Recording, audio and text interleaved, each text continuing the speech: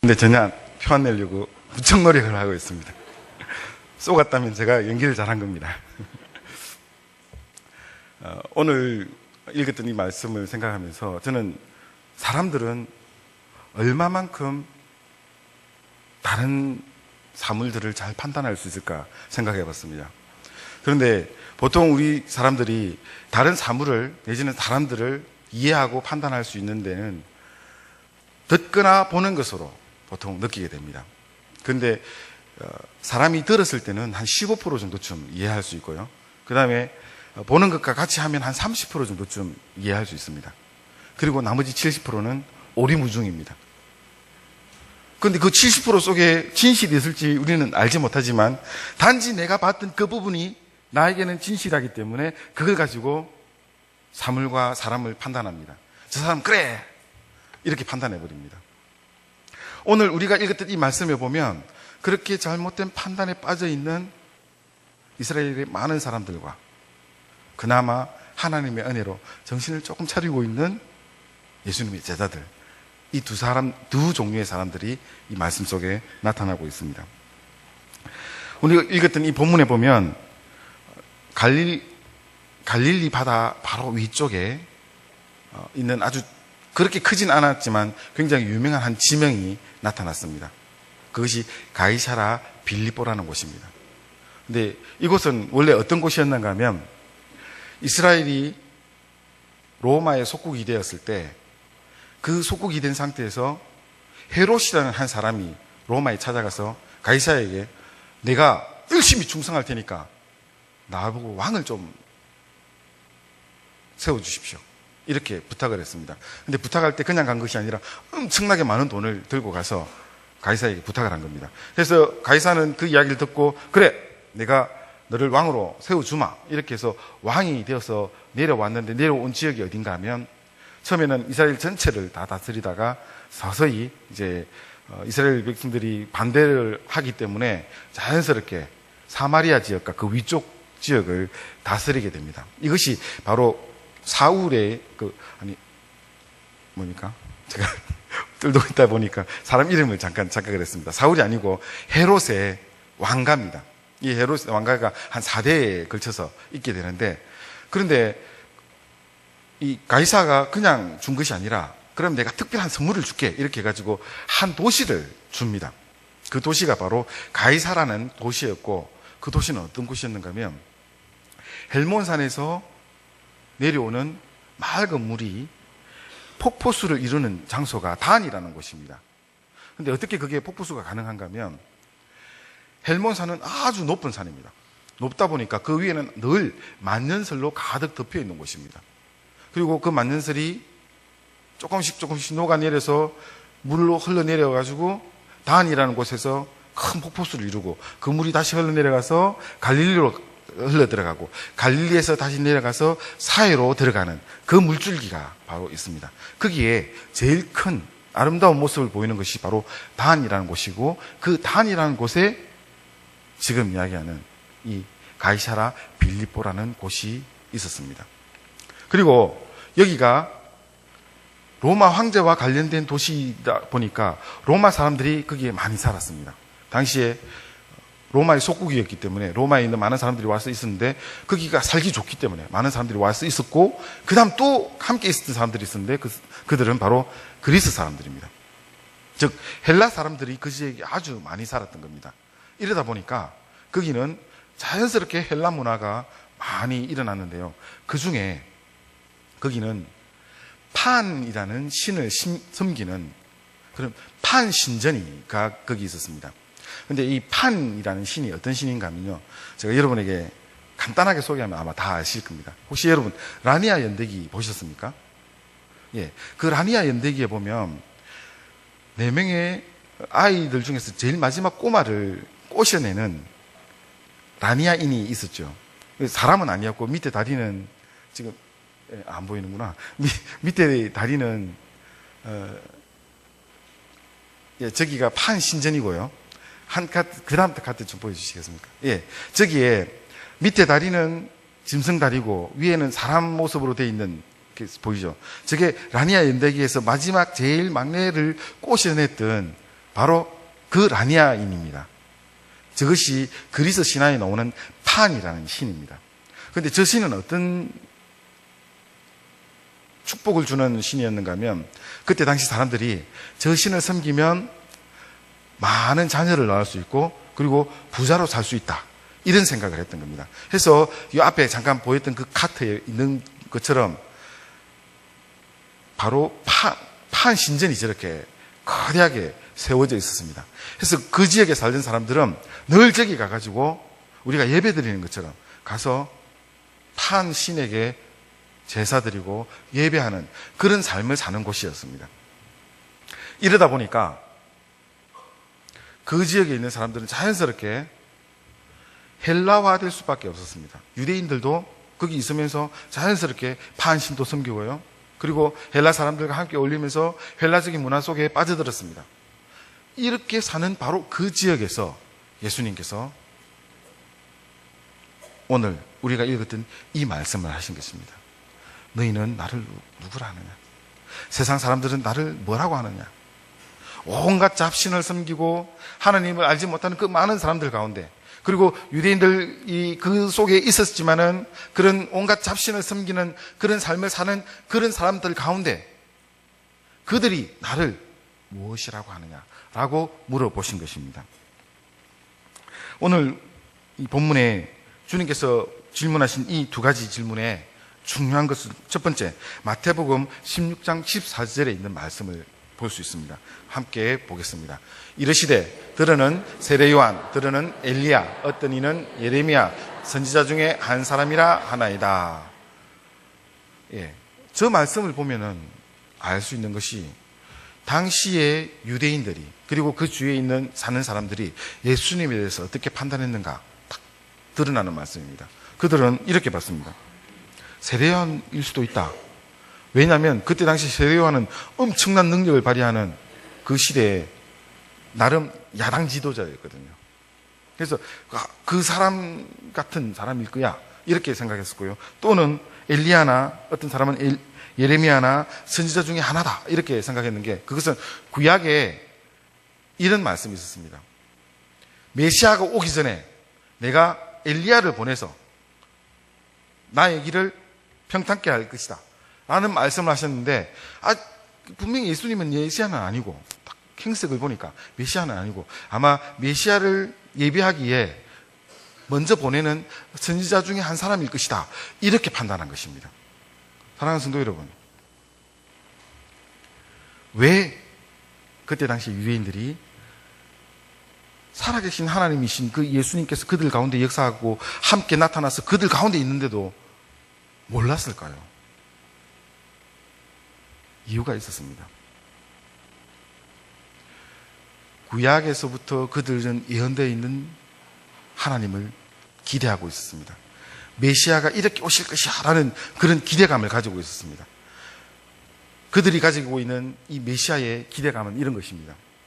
다윗과 같은 그런 놀라운 왕권을 가지고 그들 가운데 임할 것이라고 봤습니다. 다윗은 이스라엘 전체를 새롭게 일으킨 놀라운 왕이었습니다. 그리고 다윗 때 가장 넓은 땅을 가지고 있었던 그는 아주 놀라운 군사력을 가지고 있는 군인이었습니다. 그리고 또한 정치력을 잘 발휘해서 주위에 있는 많은 나라들이 순복하고 따라오게 만들었던 그런 능력 있는 정치 지도자였습니다. 해서 구약부터 계속 예언되어 있던 이 메시아는 그런 다윗과 같은 능력을 갖추고 있는 너무 멋진 분이 우리에게 오실 것이다, 이렇게 기대하고 있었는데, 예수님은 과연 어떤 모습이었을까요? 예수님은 결코 그렇게 멋진 모습이 아니었습니다. 우리가 볼 수 있는 말씀 중에 이사야서 53장 1절에 이런 말씀, 1절과 2절에 이런 말씀이 있습니다. 우리가 전한 것을 누가 믿었느냐? 요의 발이 누구에게 나타났느냐? 그는 주 앞에서 자라나기를 연한 순 같고 마른 땅에서 나온 뿌리 같아서 고운 모양도 없고 풍채도 없은즉 우리가 보기에 흠모할 만한 아름다운 것이 없도다. 자, 저 말씀 잠깐 그대로 두시고요. 한번 보십시오. 저것이 바로 예수님께서 메시아로 오셨을 때 이런 모양일 거라고 미리 예언되어 있는 말씀입니다. 이사야서에 이미 예언되어 있는 말씀입니다. 어디에 뭐 멋진 모습이 전혀 없지 않습니까? 볼만한 정말 볼품이 없는 모습으로 분명히 오셨을 겁니다. 구약에 예언되어 있었기 때문에. 근데 여러분, 예수님 하면 상상하는 모습을 생각해 보십시오. 어떻습니까? 금발에 코가 오똑하고 키도 엄청 크고요. 잘생긴 서양 사람이 떠오르지 않습니까? 자, 퀴즈를 내겠습니다. 예수님은 흑인일까요? 백인일까요? 황인종일까요? 맞습니다. 예수님은 중동 사람입니다. 새카맣습니다. 하얗고 멋진 모습이 아니라 새카맣습니다. 그리고 유대인들을 보면요. 정통 유대인들은, 저도 그렇게 큰 키가 아니지만 저보다 작습니다. 정통 유대인들은 남자들이 한 160 좀 넘어갈까? 그 정도입니다. 해서 예수님께서 짱따막하고 새카맣고 그런 모습으로 분명히 거기 왔었습니다. 이게 사실입니다. 그리고 주위에 많은 사람들이 예수님을 따랐던 이유는, 예수님을 따라다 보니까 뭐 제자들이 뚝뚝 떼주는데 빵이 계속 늘어나고 있어요. 고기 뚝뚝 자랐는데 계속 고기가 또 나오고 있어요. 따라다니면 배부르겠네. 아픈 사람 가가지고 여기 아픈데요, 딱 나아라 하는, 뭐 말만 하면 바로 낫고, 엄청난 능력이 있으니까 예수님 따라다니면 뭔가 얻을 것이 있겠다. 저 예수님 우리 왕으로 삼아볼까? 제가 지금 이야기하는 게 지어내는 이야기가 아니고요, 사복음서에 다 있는 이야기입니다. 많은 사람들이 예수님을 그렇게 따라다닌 것입니다. 왕으로 삼아볼까? 정말 그들에게 메시아로 오신 것이라고 까맣게 몰랐습니다. 왜 그랬는가 하면요, 여러분, 다윗이 얼마나 잘생겼는지 생각해 보셨습니까? 다윗을 생각해 보면 다윗의 아들 압살롬을 딱 떠올리면 알 수 있습니다. 압살롬이 너무 멋져가지고 사람들이 그 외모에 반했다고 합니다. 그 아들의 그 아버지 아니겠습니까? 다윗이 얼마나 멋졌겠습니까? 그런데 예수님은요, 볼품 없거든요. 해서 사람들이, 그 시대 그 사람들이 예수님을 차마, 설마 이렇게 했던 겁니다. 예수님은 메시아가 아닐 거야. 못생겼죠. 못생겼는지 모르겠습니다. 그냥 제가 그렇게 지어냈습니다. 분명히 키 작죠, 새카맣죠. 그리고 심지어 예수님에게 아주, 그 시대 사람들에게는 결정적인 하자가 있었습니다. 그 하자가 뭔가 하면 바로 갈릴리인이라는 겁니다. 이게 왜 그들에게 결정적인 하자가 되는가 하면, 이스라엘의 구약의 역사를 보면요, 남유다와 북이스라엘로 갈려 있다가 북이스라엘이 완전히 망합니다. 아시리아에게 침공당해서 싹쓸이를 당하는데요, 그때 아시리아가 어떻게 했는가 하면, 쓸만한 사람은 끌고 가거나 아니면 잡아 죽이거나, 남아있는 사람은, 그 지역에 남아있을 수 있는 사람은 정말 형편없는 사람들을 남겨놓고, 심지어 거기 남아있는 사람들을 다른 민족과 결혼시켜서 혼혈로 만들어버렸습니다. 그래서 사마리아 지역 그 위쪽으로는 남유다 사람들이 다시 돌아와가지고 거기에 예루살렘 중심으로 이렇게 살면서 북쪽에 사는 사람들을 완전히 그냥 우리로 치면 오랑캐처럼 이렇게 얘기했습니다. 형편없이 생각했습니다. 그런데 예수님께서 바로 그쪽 출신이라고 합니다. 예수님께서 실제로 어떤 신분인지 알지 못하지만 일단 거기 사는 사람입니다. 해서 뭐 거기 선한 것이 있겠는가? 이 이야기도 분명히 성경에 있는 말입니다. 뭐 거기서 선한 게 있겠는가? 그렇게 판단하고 있었던 겁니다. 이러다 보니까 예수님께서 그들에게 나타나서 엄청난 능력을 행하면서 메시아의 모습이 드러나더라도 설마 이렇게 바라본 겁니다. 해서 그들은 예수님을 알지 못했습니다. 그래서 그나마 좋게 봐주는 것이, 메시아가 오실 때 미리 구약에 예언된 대로 선지자가 와서 그 길을 평탄케 한다는데, 그 바로 선지자일까? 이 정도까지 아주 후하게 쳐주면서 봐준 겁니다. 이것이 그때 당시에 예수님의 모습이었습니다. 그저 오는, 그저 있는 한 선지자 중에 한 사람. 사랑하는 성도 여러분, 그러나 그 주님은 어떤 분입니까? 저와 여러분을 구원하신, 이 온 인류의 구원자로 오신 바로 그분입니다. 이걸 고맙다고 해야 될지 안 됐다고 해야 될지 모르겠지만 유대인들이 그걸 놓쳤습니다. 그리고 그 주님의 은혜가 우리에게까지 이렇게 오게 된 겁니다. 그리고 또 두 번째 질문이 있습니다. 너희는 나를 누구라 하느냐? 이 너희는 나를 누구라 하느냐 이 말씀은 바로 예수님을 따라다니던 그 제자들을 향해서 예수님께서 하신 말씀입니다. 제자들에게 함께 둘러싸있는 그들에게 그래 세상 사람들은 나를 누구는 엘리야, 누구는 예레미야, 누구는 어떤 선지자 이렇게 이야기하지만 그럼 너희들은 나에 대해서 어떻게 생각하니? 주님께서 물어봤을 때 정말 아주 놀랍게도 베드로가 히트를 하나 탁 날립니다. 여러분 잘 아실 겁니다. 주는 그리스도시요 살아계신 하나님의 아들이십니다. 어떻게 베드로의 머리에서 그런 소리가 나왔는지 참 신기합니다. 제가 지금 이렇게 이야기하면 저 목사가 참 불경스럽게도 베드로에게 어떻게 그렇게 하찮게 이야기하냐 이렇게 생각할 건데요. 조금만 더 들어보십시오. 왜 베드로가 그런 히트 날리는 이야기를 베드로 머릿속에서 그런 말이 나왔는지 신기하다는 이야기가 분명히 여러분도 제가 같이 공감하게 될 겁니다. 자, 베드로가 그렇게 고백했을 때 베드로는 100% 자기가 바라보는 그 하나님을, 예수님을 그 성령의 역사 속에서 고백한 것입니다. 왜냐하면 베드로가 바라보기에 주님은 정말 살아계신 하나님이시거든요. 정말 그리스도시거든요. 자기가 그렇게 믿고 주님을 바라봤습니다. 물론 여기서 우리가 구분해야 될 것이 있는데요. 베드로가 지금 이 시점에서 주는 그리스도시요라고 하는 그 그리스도는 보통 유대인들이 바라봤던 앞으로 오실 메시아, 지금 현재도 기다리고 있는 그 다윗과 같은 능력을 가지고 오실 바로 그 메시아가 예수님 당신입니다. 이 고백이었습니다. 이 온 인류를 구원하고 저와 여러분을 주님의 나라로 인도해 주신 바로 그분 메시아라는 말과는 다릅니다. 베드로는 다른 유대인보다는 딱 한 걸음 더 나간 것입니다. 구약의 예언인 주님께서 우리에게 보내주실 바로 그 메시아가 주님 당신이십니다. 이 고백을 한 겁니다.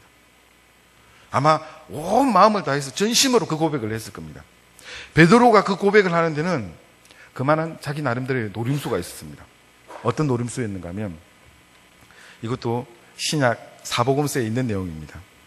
앞으로 내가 잘 따라다니다가 예수님께서 큰 나라를 이루면 거기에 내가 장관자리 하나 할 수 있겠지. 제자들이 다 그 궁리를 하면서 따라다니고 있었습니다.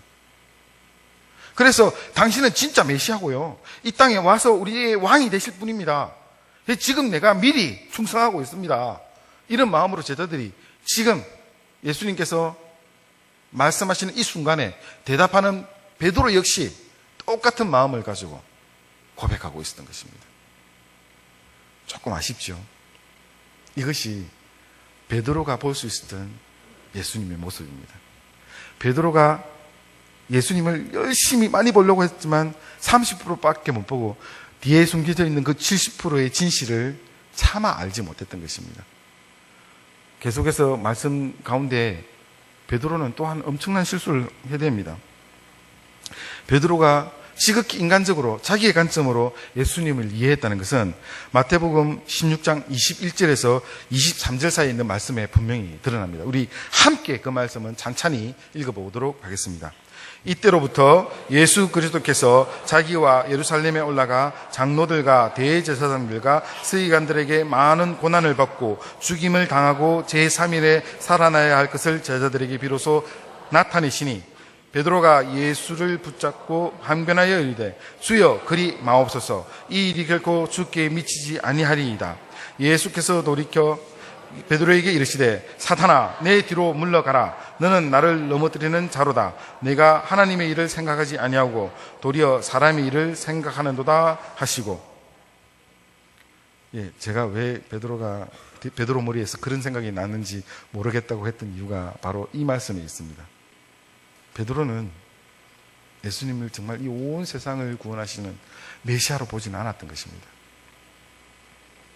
그리고 자기가 앞으로 분명히 왕이 될 그 예수님께서 예루살렘에 올라가서 십자가에 못 박혀 돌아가신다는 이야기를 하니까 가슴이 절렁 내려앉는 겁니다. 그럼 내가 지금까지 따라다닌 건 뭔데? 그래서 예수님 그러면 안 됩니다. 끝까지 우리가 지키겠습니다. 보호하겠습니다. 예수님, 걱정하지 마십시오. 아마 이렇게 주님을 정말 위한다고 생각하고 용감하게 나섰을 것입니다. 그 결과가 뭡니까? 사단아, 내 뒤로 물러가라. 네가 하나님의 일을 생각하지 않고 사람의 일을 생각하는도다. 사랑하는 성도 여러분, 하나님의 일을 생각하면서 간다는 것은요, 지금 우리가 생각하면서 이게 이렇게 하면 좋을 것이야, 이게 정말 사람들에게 유익해 라고 생각하는 그런 것들을 어쩌면 포기해야 될지도 모릅니다. 예수님께서 가신 그 길을 한번 보십시오. 예수님께서는 태어나시는 그 순간부터, 마리아의 뱃속에 잉태되는 그 순간부터 성령으로 잉태되셨습니다. 즉 하나님의 능력이 계속 함께 했습니다. 그래서 우리가 생각해 볼 수 있는 것은, 예수님은 분명히 이 모든 사실을 다 알고 있었다는 것입니다. 언젠가 십자가를 지게 될 것이고 그 길을 향해 끊임없이 가고 있다는 사실을 주님은 분명히 알고 있었습니다. 그리고 주님은 또한 인간이었기 때문에 십자가에 달리기 직전 겟세마네 동산에서 그렇게 간절히 하나님께 기도하면서, 주님, 어지간하면 이 잔 좀 제끼면 안 되겠습니까? 그 기도를 할 수밖에 없었던 것입니다. 그럼에도 불구하고 그 고통을 감내하고 그 십자가의 길을 향해서 끊임없이 한 걸음씩 한 걸음씩 주님은 전진했던 것입니다. 사랑하는 성도 여러분, 예수 믿는 거 힘드시죠? 가정살이 편하십니까? 하고는 좀 다릅니다. 예수 믿는 거 힘드시죠? 힘들어야 됩니다. 예수 믿는 거 쉬워서는 안 됩니다. 어려워야 됩니다.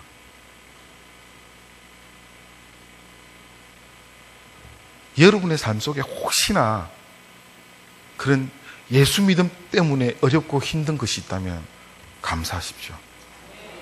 왜냐하면 여러분 지금 바른 길 가고 있기 때문입니다. 주님께서 가신 그 길을 함께 가고 있기 때문입니다. 베드로는 이것을 몰랐습니다. 해서, 선생님, 뭐 때문에 그렇게 위험한 길 가려고 합니까? 우리가 잘 지키고 있다가 더 사람들의 세력이 모이면 예수님 왕됨이 되지 않습니까? 그때까지 우리가 잘 지킬게요. 이 정도 수준밖에 안 된 것입니다. 이 땅에 내가 살아가는 이 삶의 편함, 그것이 다인 것입니다. 그렇지만 예수 믿음은 결코 그런 것이 아닙니다. 여러분은 예수 믿음 가운데 눈물 흘려야 됩니다. 예수 믿음 가운데 가슴 쳐야 됩니다. 예수 믿음 가운데 여러분의 한탄이 있어야 됩니다. 그것이 당연한 것입니다. 그래서 만약 여러분 그렇다면 하나님께서 여러분과 지금 현재 함께 하신다는 사실을 깨달으십시오. 그 어려운 걸음 위에 주님께서 먼저 가시고 그리고 여러분을 인도한다는 사실을 아시기 바랍니다. 이제 이런 물음 가운데 주님께서는 너희는 나를 누구라 하느냐는 그 말씀의 의미가 있습니다. 자, 앞에서 제가 잠깐 말씀드린데요, 이 말씀을 하시는 그 자리는 판신전이 크게 있어서 그 주위에 있는 많은 사람들이 그 우상숭배를 하는 바로 그 장소입니다. 그리고 거기서 자연스럽게 헬라화된 사람들이 주님을 믿는 것과는 전혀 다른 삶을 살아가는 바로 그 현장 속에서 주님께서 이 질문을 하신 것입니다. 너희는 나를 누구라 하느냐? 사랑하는 성도 여러분, 이 질문은 2000년 전에만 있었던 것이 아니라 오늘 우리가 살아가는 이 현장 속에서도 주님께서는 저와 여러분을 향해서 하시는 말씀입니다. 너희는, 기장로교회 거룩한 성도 여러분은 예수님을 누구라 하십니까? 우리가 살아가는 이 삶 속에서 우리는 끊임없이 고백되어야 될 것이 우리의 신앙 고백입니다. 우리가 신앙 고백을 할 때 어떤 자리에서 하게 됩니까? 지금 이 거룩한 예배 가운데 주님께서 임재하시는 이 자리 가운데 우리는 너무나 편안하게 감사하면서 시원하게 예배 드릴 수 있습니다. 주는 그리스도시요 살아계신 하나님입니다. 주님은 나를 구원하셨고 이 온 인류를 구원하신 바로 그분입니다. 주님 감사합니다 할 수 있습니다. 자, 그러면 여러분, 가정으로 돌아가서 여러분의 집에서 부엌에서 신앙 고백할 수 있습니까? 월요일 날, 화요일, 수요일, 목요일, 금요일, 토요일 직장 가운데서 주는 그리스도시요 살아계신 하나님의 아들이라고 고백할 수 있습니까? 놀랍습니다. 여러분의 가까운 친구 가운데 함께 어울리는 그 순간에 주는 그리스도시요 살아계신 하나님의 아들이십니다 고백할 수 있습니까? 예수님께서 원하시는 것은 바로 이것이었습니다. 설교를 마쳐야 될 것 같습니다. 여러분 이미 저를 넘어서서 제가 더 이상 여러분 앞에서 설교를 할 수 없을 것 같습니다. 그렇지만 원고가 남아있어서 계속하겠습니다. 예, 우리는 이런 고백이 필요합니다. 거룩하게 예배드리는 순간만 우리가 주님의 사람이 아니라 24시간, 일주일, 한 달, 1년, 평생에 주는 그리스도시요 살아계신 하나님의 아들이십니다. 주님은 나의 구원자이십니다. 이 온 인류를 구원하신 바로 그런 분입니다. 그분을 통하여서 내가 천국에 갑니다 라는 고백이 우리의 모든 삶 속에서 선언되고 외쳐져야 되는 것입니다. 말씀을 보겠습니다. 오늘 본문 마태복음 16장 16절과 17절 말씀을 다시 한번 보겠습니다.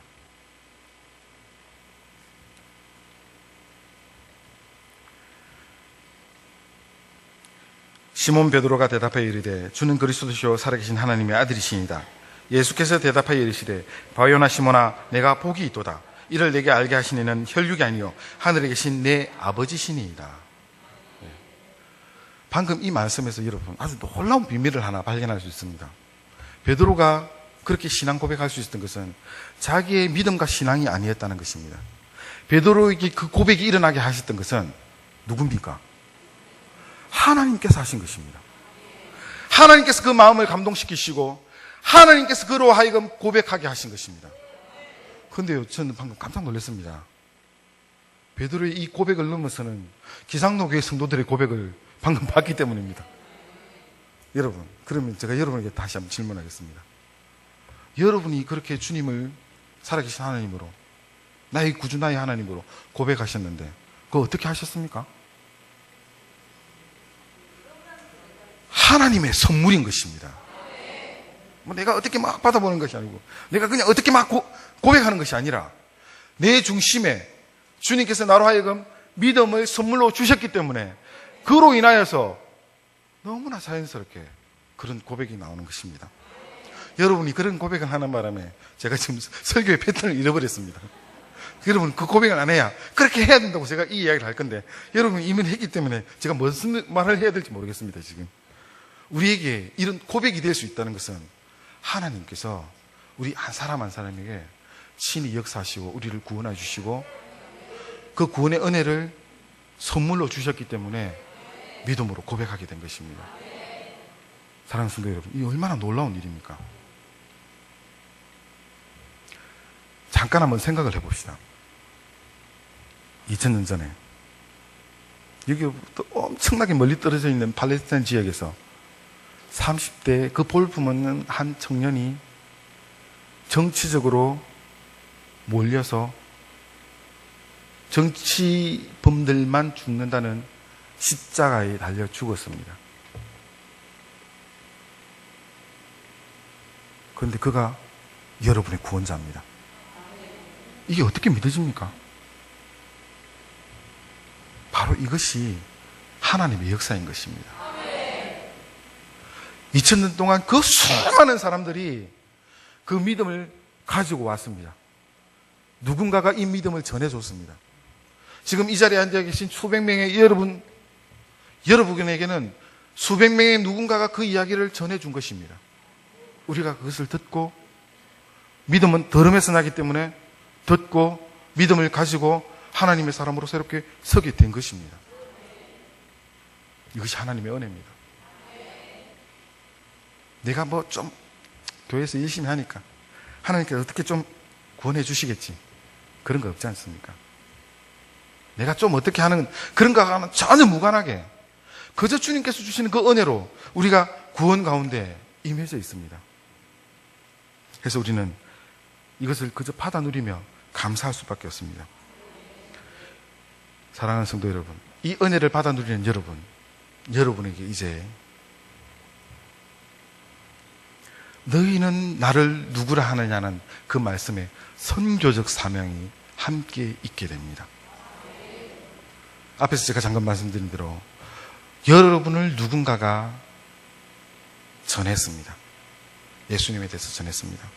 태에서부터 나면서 될 수도 있고요. 너무 축복된 일입니다. 또 아니면 누군가가 여러분을 만나서 예수님을 전했습니다. 혹시 여기 중간에 예수님 믿은 분들 기억날 겁니다. 그 전에 교회 다니는 것들 정말 병신 같은 것들 그렇게 했죠. 알고 있습니다. 근데 저는 그럴 틈이 없어서 안 해봤습니다만 제가 그 욕을 들어봤어 압니다. 그런 과거가 지금 이렇게 바뀌어 있습니다. 해서 다시 한번 이 믿음 가운데 있는 우리를 향해서 주님께서는 말씀하시는 것이 있는데요. 그것이 무엇인가 하면 너희는 나를 누구라 하느냐, 바로 이 말씀입니다.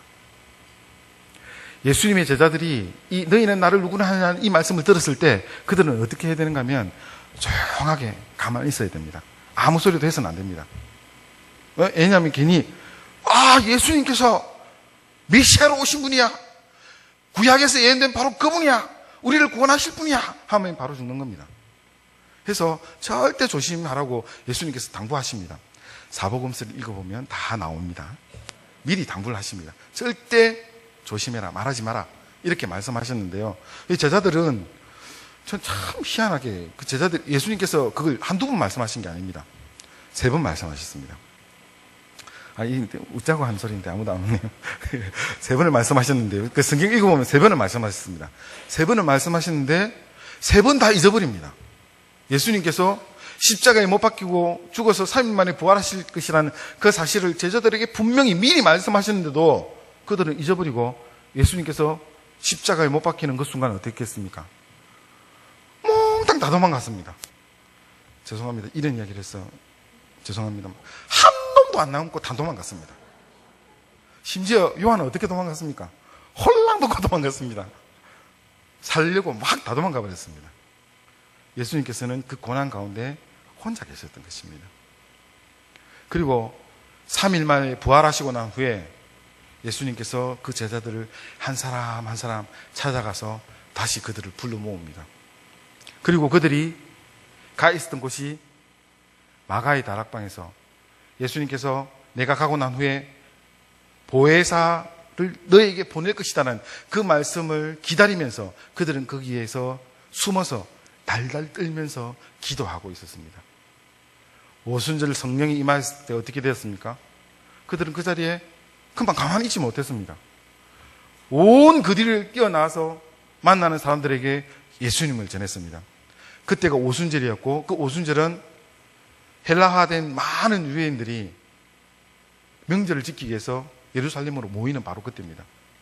그래서 그 모여있던 있는 사람들이 깜짝 놀랐던 것이 자기가 살고 있는 그 헬라 지역의 언어로 이 무식한 유대인들이, 특히나 이 갈릴리인들이 자기 언어로 자기가 알아듣게 예수님을 전하는 걸 보고 너무나 놀랐던 것입니다. 하나님께서 성령의 역사를 이루게 하시고 성령께서 그들 가운데 역사하셔서 그들이 가만 앉아있지 못하고 온 세상을 향해 달려나갔던 것입니다. 그 온 세상을 향해 달려나간 2000년의 이 기장 땅에도 100년 전에 주님의 복음이 들어온 것입니다. 여기서 멈춘 것이 아니라 여기서 또 힘을 내서 동남아 지역으로 또 다른 여러 지역으로 복음이 전달되고 있는 것입니다. 이것이 바로 너희는 나를 누구라 하느냐는 거룩한 사명을 감당하고 있는 선교적 사명인 것입니다. 사랑하는 성도 여러분, 우리의 선교적 사명이 거기에 멈추지 않습니다. 사실은 이게 설교가 꼬여버린 부분인데요.